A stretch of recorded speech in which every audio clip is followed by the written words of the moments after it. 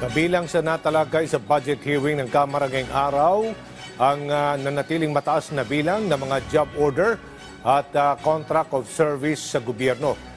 Ipinaliwanag naman niya ng Civil Service Commission. Si Mela Lasmores sa Sentro Balita. Mela. Aljo, kabilang nga sa mga natalakay dito nga sa pagpapatuloy ng budget deliberations ng House Committee on Appropriations ang mga issue patungkol sa mga job order at contract of service workers ng gobyerno, gayon din ang issue ukol sa online gambling. Pasado 9:00 ng umaga kanina nang ipagpatuloy ng House Committee on Appropriations ang kanilang deliberasyon ukol sa panukalang 2026 National Budget.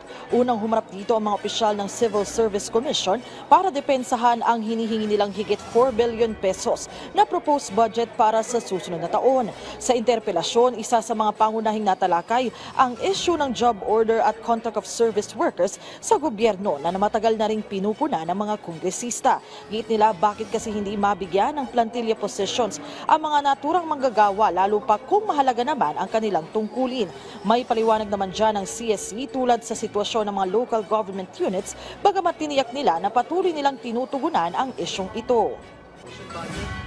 Tingnan din natin yung perspective ng mga LGUs. Bakit nila ginagawa yun? Number one, ang nakikita po namin, yung PS limitation. They are only allowed to have 40% ng kanilang budget for PS. Paano po nila gagawin yung ibang mga trabaho ng LGUs kung ganun lang kaliit yung PS na pwede nilang gamitin sa kanilang mga empleyado? Kaya siguro po, napupuwersa sila na mag-engage ng COS and JOS para matugunan yung mga serbisyo doon, among others.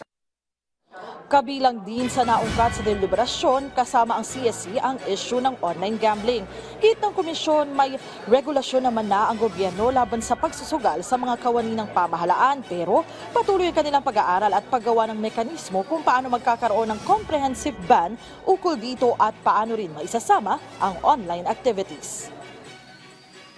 Aking initial na ng aming policy study is that every agency of government has the power to issue guidelines and rules of conduct that will enable them to maintain a degree of efficiency and good conduct in their respective offices and which will not contribute to the erosion of public trust in the agency. Kasi kahit anong gawin natin, kahit sabihin natin na illegal or legal yan, pag nakakakita ka ng empleyado ng gobyerno, opisyal ng gobyerno, na nagsusugal, whether it be traditional gambling activities or online gambling activities, hindi po ito nakakatuwa. Ang problema lang po natin, pinag-aaralan natin ngayon, anong ang ating legal cover for a